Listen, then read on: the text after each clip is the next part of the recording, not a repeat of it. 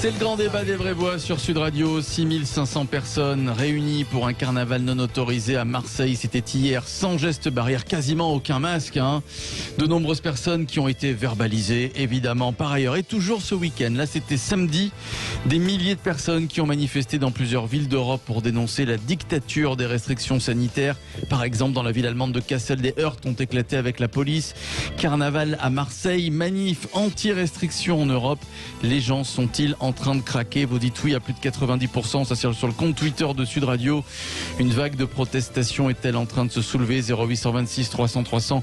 On va vous écouter dans quelques instants. J'attends vos réactions, c'est le grand débat des Vrais-Voix. Dans les rues de Londres, ils sont des milliers à défiler. La plupart ne portent pas de masque et pour cause, ils sont là pour dénoncer les mesures de confinement en vigueur dans le pays. Attention, il y a de l'opération coup de poing dans l'air là. Des scènes identiques en Allemagne où selon la police, entre 15 et 20 000 personnes ont manifesté leur ras-le-bol. Je sens que je vais craquer. Et moi je sens que je vais devenir fou. En Suisse, aux Pays-Bas ou encore en Bulgarie, la colère gronde également. Oh là là, qu'est-ce qu'il y a là? Il y a un vent de révolte. Les retards dans les livraisons des vaccins ne font qu'empirer les choses. Rentrez chez vous. Sud Radio, les vraies voix. Le débat est ouvert. Le grand débat avec Philippe Bilger, Stella Kamga, Jean Dorido. Notre invité, c'est Frédéric Dabi qui est avec nous. Bonsoir Fred, bonsoir Frédéric. Lionel Maillet, pardon. Alors, on devait avoir Frédéric Dabi, il va arriver dans quelques instants. C'est Lionel Maillet qu'on accueille pour commencer. Correspondant Bonsoir, Sud Radio à Marseille. Voilà, mon cher Lionel. Ça fait un bail, hein? Ah bah oui, il travaille Lionel, Voilà, il est à Marseille. Carnaval donc, ce week-end, on a entendu parler de ce carnaval. 6500 personnes, aucun geste barrière, quasiment pas de masque. J'ai revu les images. Non, les masques se comptaient sur les doigts d'une main. Mon cher Lionel Maillet, alors comment ça se passe à Marseille depuis 24 heures? Que disent les Marseillais, tiens, pour commencer? Est-ce qu'ils soutiennent le carnaval? Non, personne, honnêtement, personne, ni dans la classe politique, ni parmi les Marseillais que j'ai pu croiser. Et plus généralement, tout le monde condamne, même nationalement, ce carnaval. Les Marseillais, ils sont inquiets forcément parce qu'on est dans une zone où le taux d'incidence est au-dessus de la limite et qu'on se dit qu'on va pouvoir qu'on va peut-être à cause de ça basculer.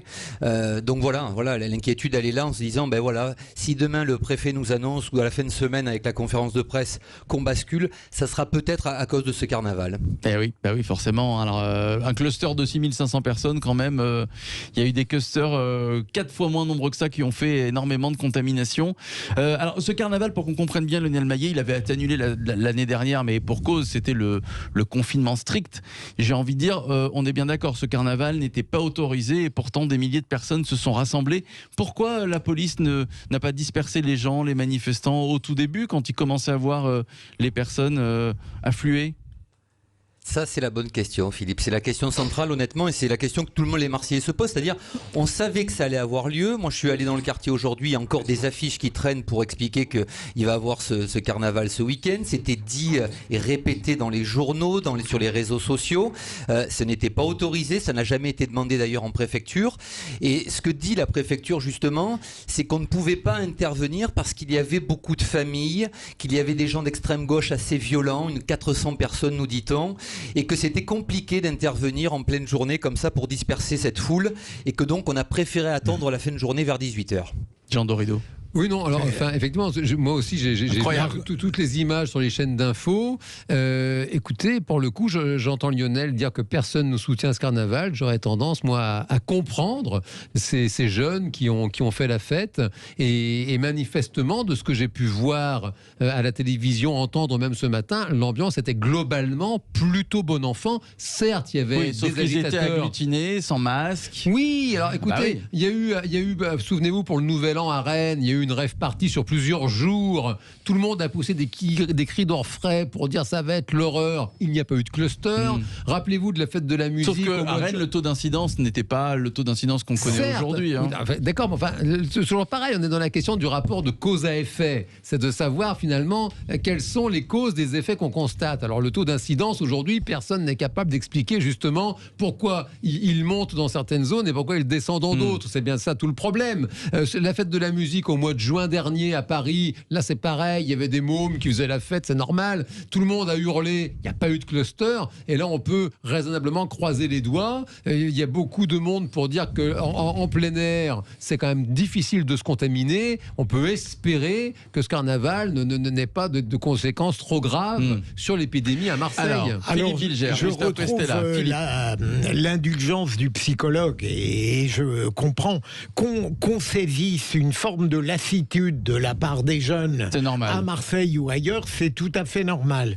J'ajoute que la décision d'Emmanuel Macron qui a créé cette sorte de confinement à l'air libre, hybride. Hybride, c'est Patrick Roger qui a eu cette excellente formule. Eh bien, ne peut qu'induire en confusion beaucoup de gens.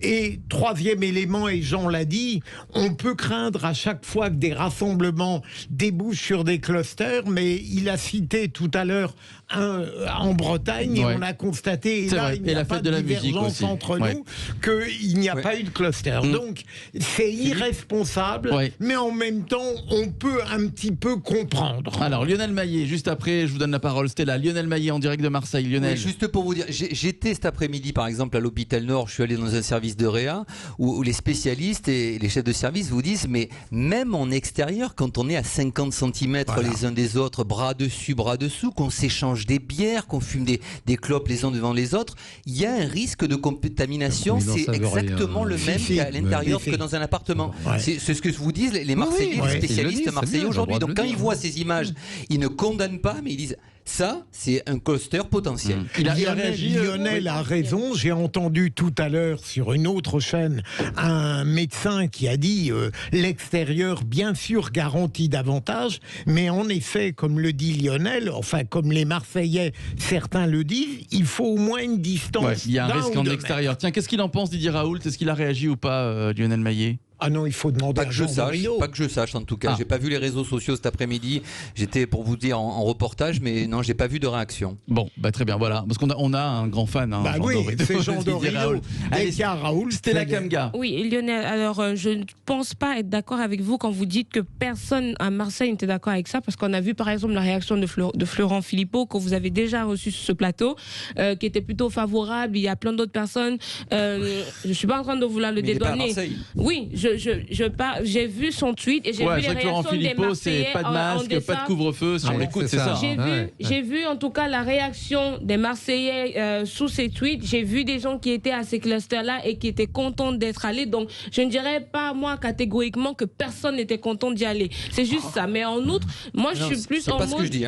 Oui, mais vous avez dit que personne n'était d'accord et que tout le monde condamnait. Donc, moi, personne de l'extérieur, des gens qui n'ont pas participé à ce carnaval, personne ne soutient ce carnaval. Voilà. Par contre, les gens qui y étaient... Et d'ailleurs, il y a une différence à faire. C'est-à-dire qu'il y a des gens qui, effectivement, étaient là pour s'amuser, pour relâcher la pression, loin des contraintes, et donc on ne met pas le masque.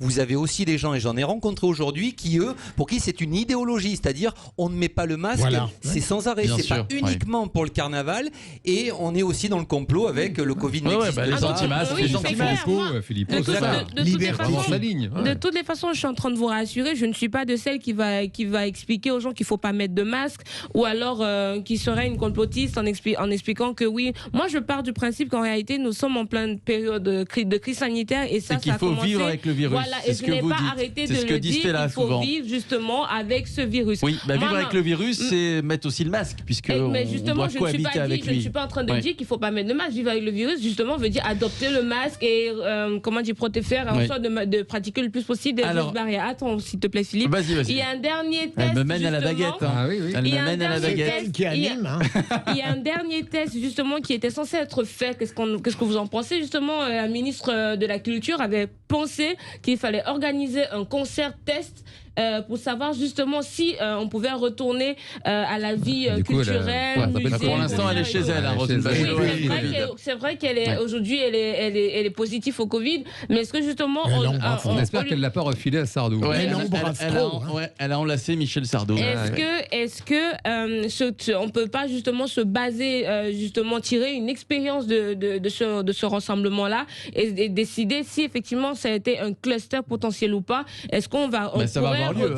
Ça va avoir lieu. On le saura. C'est la question que je voulais poser. Alors, c'est compliqué de le savoir. Oui, on ne peut pas savoir parce qu'il faut ficher les gens. Oui, c'est vrai. Oui, mais parce qu'il n'y avait pas que des Marseillais dans ce carnaval. Il y a beaucoup de gens qui venaient de l'extérieur. Il y avait même des personnes d'Italie, c'est vous dire, et notamment des gens des grandes villes du Sud, a dit le ministre Gérald Darmanin. Donc voilà, c'est pas que des Marseillais. On ne va pas mesurer l'impact localement non plus.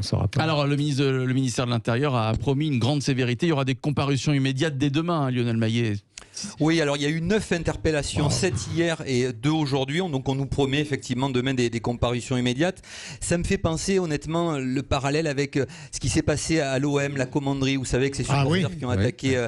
Alors on n'est pas dans la violence pour le coup, mais les avocats à l'époque disaient, vous savez, ceux qui sont jugés, c'est ceux qui courent les moins vite. Et je crois qu'on sera un peu dans ce domaine-là. C'est-à-dire que, encore une fois, c'est ceux qu'on a attrapés. 9 personnes honnêtement sur 6500. Qu'est-ce que ça représente? On n'a toujours pas les organisateurs d'ailleurs parce que ils ne signent jamais les communiqués qu'ils mettent et les affiches qu'ils mettent dans ce quartier de la Plaine. Donc voilà, ça va être peut-être compliqué. Mais Lionel, le ministre dit qu'en tout cas, il y a de la vidéosurveillance qui va faire foi aussi. C'est le type d'argumentation qu'on a dans toutes les affaires. On parlait de l'Arc de Triomphe tout à l'heure, c'était pareil. Les avocats plaident, on n'a que les lampistes, on n'a jamais les personnages importants. On aurait les personnages importants qui le diraient, mais c'est pas grave.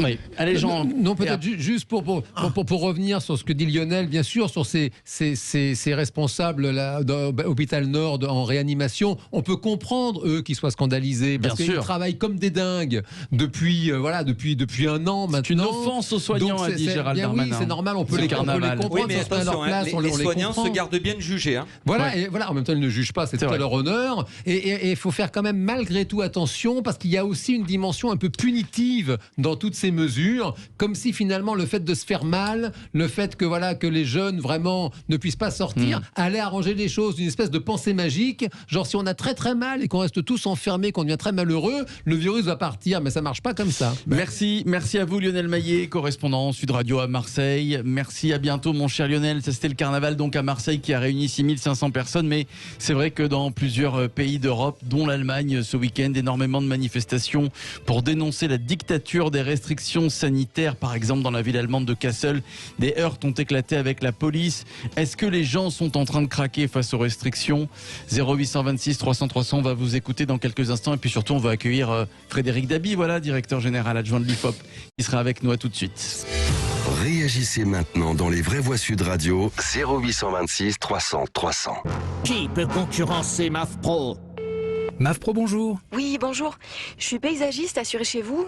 Et voilà, je suis un peu embêtée. En taillant un arbre, j'ai une branche qui est tombée sur la voiture de mon client et ça a abîmé la carrosserie. Je voulais savoir si j'étais couverte. Bien sûr, madame. Faisons la déclaration de sinistre ensemble et MAF organisera les réparations prises en charge sur le véhicule. Ah, moi qui suis pro, je préfère MAF Pro. Je préfère la MAF. Nos conseillers se déplacent ou vous accueillent en agence. Informations et rendez-vous sur maf.fr. Jérémy a monté une entreprise de coursier à vélo et il ne s'attendait pas à ce que ça roule aussi bien pour lui. Allô, une livraison? Je vais essayer de vite trouver un nouveau coursier alors. Il est temps d'embaucher. J'ai besoin d'Indeed. Indeed vous propose des profils de qualité adaptés aux besoins de votre entreprise. Découvrez pourquoi plus de 160 000 entreprises en France utilisent Indeed. Rendez-vous sur indeed.com/offre et profitez de 100 € offerts pour votre première offre d'emploi. Offre soumise à condition. Sud Radio Libourne 106. Sud Radio. BMW. Si je vous parle des occasions éphémères BMW, vous voudrez en savoir plus. Alors je vous dirais que c'est 3 ans d'entretien offert, 3 ans de garantie et un financement sur mesure sur une large sélection de voitures certifiées BMW Premium Sélection. Et là, vous irez très vite en concession BMW, car les occasions éphémères BMW, c'est jusqu'au 31 mars seulement. Offre valable pour toute commande d'une BMW d'occasion certifiée BMW Premium Sélection hors M dans les concessions participantes jusqu'au 31 mars 2021. Détails sur bmw.fr. Le cancer colorectal est la 2e cause de décès par cancer en France.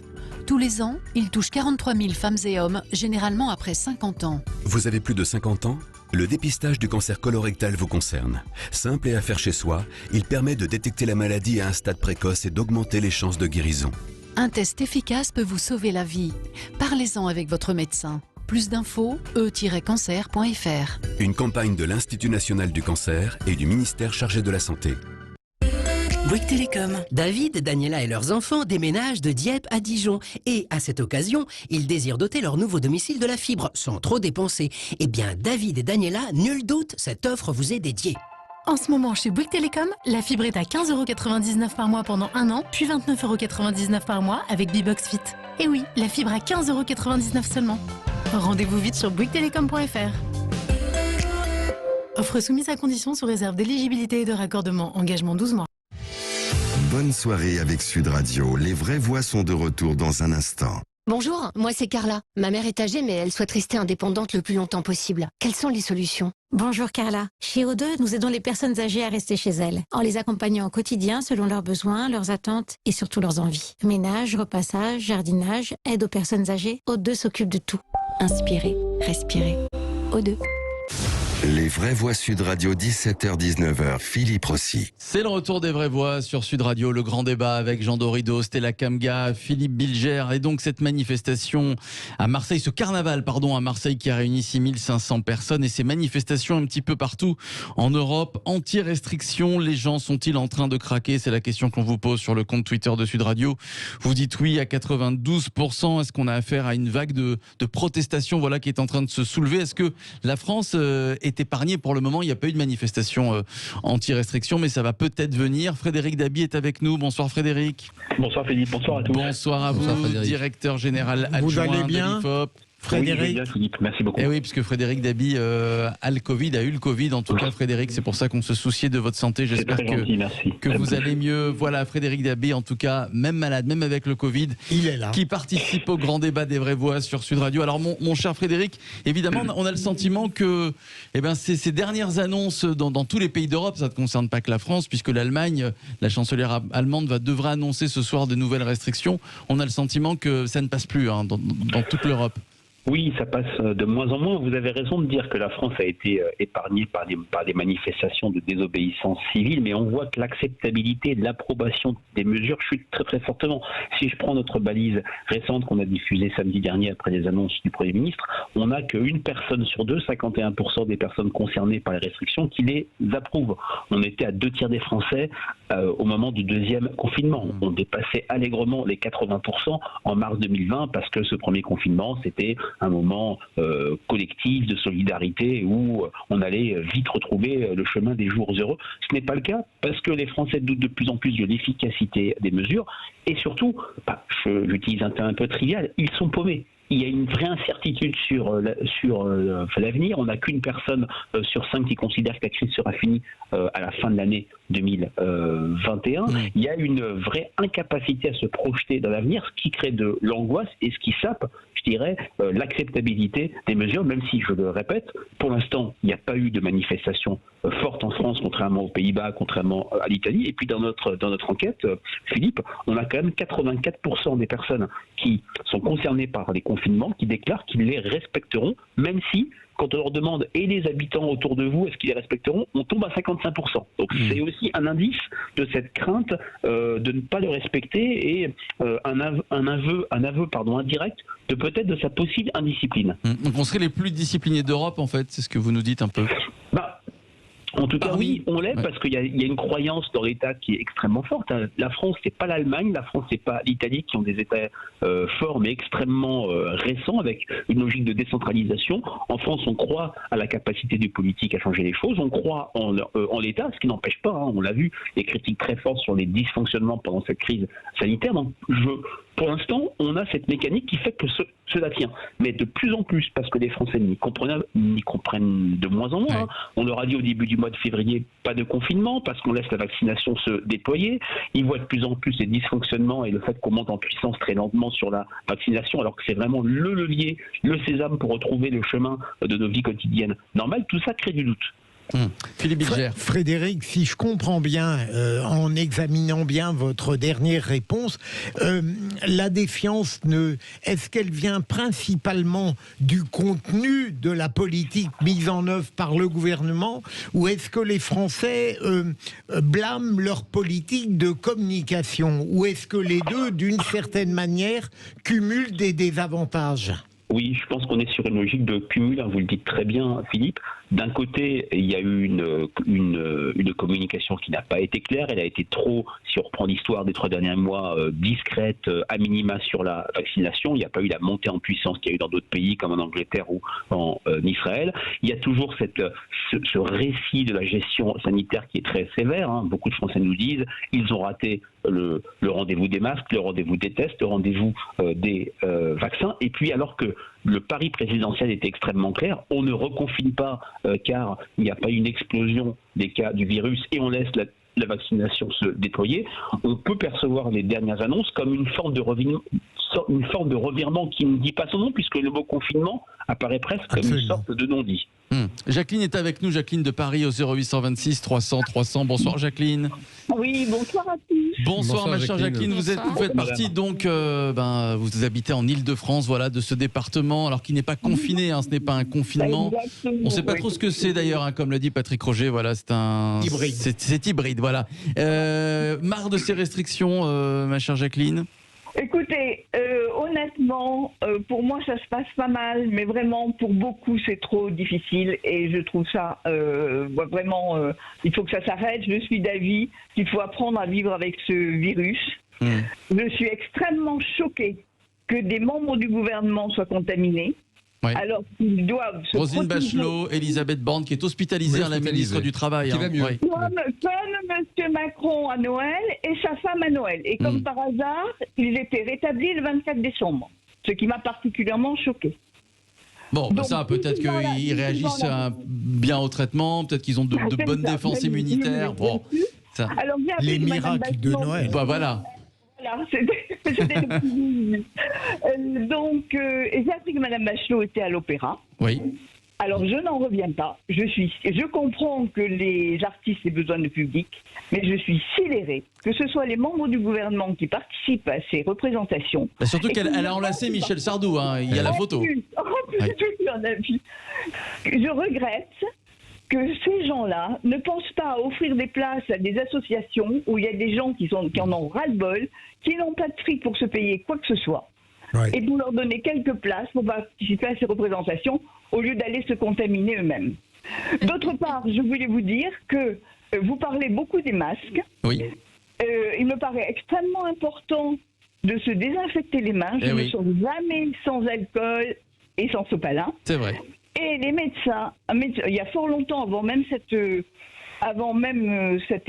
pandémie, un médecin m'avait dit à l'hôpital, on a mis des gels, machin truc, rien ne vaut de se laver les mains, et si vous mettez du gel, il faut en mettre beaucoup, et bien vous frictionnez partout. Un petit peu de gel sur le bout des doigts, ça ne sert à rien du tout. Alors c'est vrai qu'on oublie que le virus, on attrape le Covid essentiellement par les mains, Jean Dorido, c'est ça? C'est ce que j'ai cru comprendre. Le masque est important, mais c'est un virus autoporté. Vous ne pouvez pas vous tromper, manuporté, oui, bien sûr, oui. Mais là c'est pareil, les savants ne sont pas tous d'accord entre eux. C'est pour ça que je rejoins ce que disait Frédéric Dabi, puisque dit Jacqueline aussi, c'est qu'il y a vraiment une lassitude, on appelle ça en psychologie le syndrome d'impuissance acquise. C'est-à-dire que quand vous faites des efforts, vous avez besoin d'un retour sur investissement. C'est ça qui entretient la motivation et qui permet de tenir dans l'effort. Et il y a des expérimentations qui ont été faites avec des rats de laboratoire, avec aussi des êtres humains. Quand quelqu'un fait un effort, qu'il n'a pas de résultat, la personne perd complètement son énergie vitale, elle déprime et elle n'a plus le jus même pour faire les efforts. Et là, c'est le souci, c'est que plus personne n'y comprend rien. Et c'est vrai que je rejoins Jacqueline, on se demande comment les membres du gouvernement peuvent encore attraper le coronavirus. J'entends Gabriel Attal qui dit tous les membres du gouvernement respectent les gestes barrières. On ne sait pas ce qu'ils font chez eux, les membres du gouvernement. Peut-être qu'ils font des petites fêtes, des petites soirées, ils sont peut-être imprudents. Là, ce serait très grave. Parce que c'est quand même très anxiogène d'entendre un porte-parole du gouvernement qui dit il respecte les gestes barrières à 100%, et alors on dit il l'attrape quand même. Alors ça veut dire finalement... Et d'ailleurs, j'entendais un savant l'autre jour dire qu'il y a encore aujourd'hui 50% des cas de contamination, personne ne sait d'où ça vient. Alors qu'on est quand même à 1 an maintenant du début de cette pandémie, un peu plus même maintenant, et en fait ça reste un grand mystère. C'est ça le problème majeur. Et oui, Frédéric Dabi, pour finir, si jamais Emmanuel Macron n'a pas confiné, on va parler de l'Île-de-France, parmi les 16 départements qui ont été confinés, même s'ils n'aiment pas utiliser ce mot, mais s'ils n'ont pas durci le confinement, c'est aussi parce qu'ils savent que les Français acceptent de moins en moins les restrictions. C'est pour ça qu'on y a échappé, entre guillemets, qu'on a eu eu un confinement hybride, comme dit Patrick Roger. Oui, on est bien d'accord, et l'expression de Patrick est tout à fait juste. L'acceptabilité est de moins en moins forte, et surtout la finalité, l'efficacité perçue des mesures s'est effondrée. Pour autant, on a bien vu qu'Emmanuel Macron a pour la première fois payé le prix dans les enquêtes de popularité de la gestion de la Covid. Jusqu'alors, il y avait une sorte de parenthèse enchantée pour lui, où il y avait une déconnexion entre sa cote de popularité et la gestion sévèrement perçue du Covid par les Français. Là, il a perdu 4 points dans le baromètre JDD. Il a perdu dans des catégories plutôt âgées, plutôt de droite, qui sont au premier rang pour voir l'insuffisante rapidité ou les dysfonctionnements liés à la vaccination. Pour lui, à 13 mois d'élection présidentielle, il est en train de s'enfermer dans une logique compliquée, puisque pour la première fois depuis le début du quinquennat, je répète, depuis le début du quinquennat, la grille de lecture en termes d'incompétence s'est installée pour évaluer son action. Frédéric, est-ce que cet étrange confinement à l'air libre, d'une certaine manière, n'a pas été créé pour donner l'impression que le président ne se déjuge pas par rapport à son propos de janvier, où beaucoup l'avaient félicité de résister à l'emprise sanitaire ? Oui, c'est vrai que les Français avaient été très sensibles au fait que le président avait repris la main, qu'il paraissait moins influencé ou impacté par les avis du Conseil de défense ou du Conseil sanitaire. Oui, alors peut-être que c'est pour ne pas perdre la face, mais je ne pense pas. En tout cas, les Français ne jugeront pas ce troisième confinement hybride sur est-ce qu'il ressemble au deuxième, est-ce que Emmanuel Macron a voulu sauvegarder sa communication, sa cohérence. Ils le jugeront sur la base des résultats qui passent par la baisse des contaminations et de la baisse d'attention dans les réanimations. Oui, alors ça, Stella, on attend l'objectif de Jean Castex qui était, je sais plus, je crois 10 millions de vaccinés. 10 millions le 15 avril. Le 15 avril. Voilà. Voilà. On attend. Ça va être chaud. Ça va être compliqué, c'est vrai. Allez, merci à vous Frédéric Dabi, merci directeur général adjoint de l'IFOP. Portez-vous bien, mon cher Frédéric. Prenez soin de vous. Et prompt rétablissement.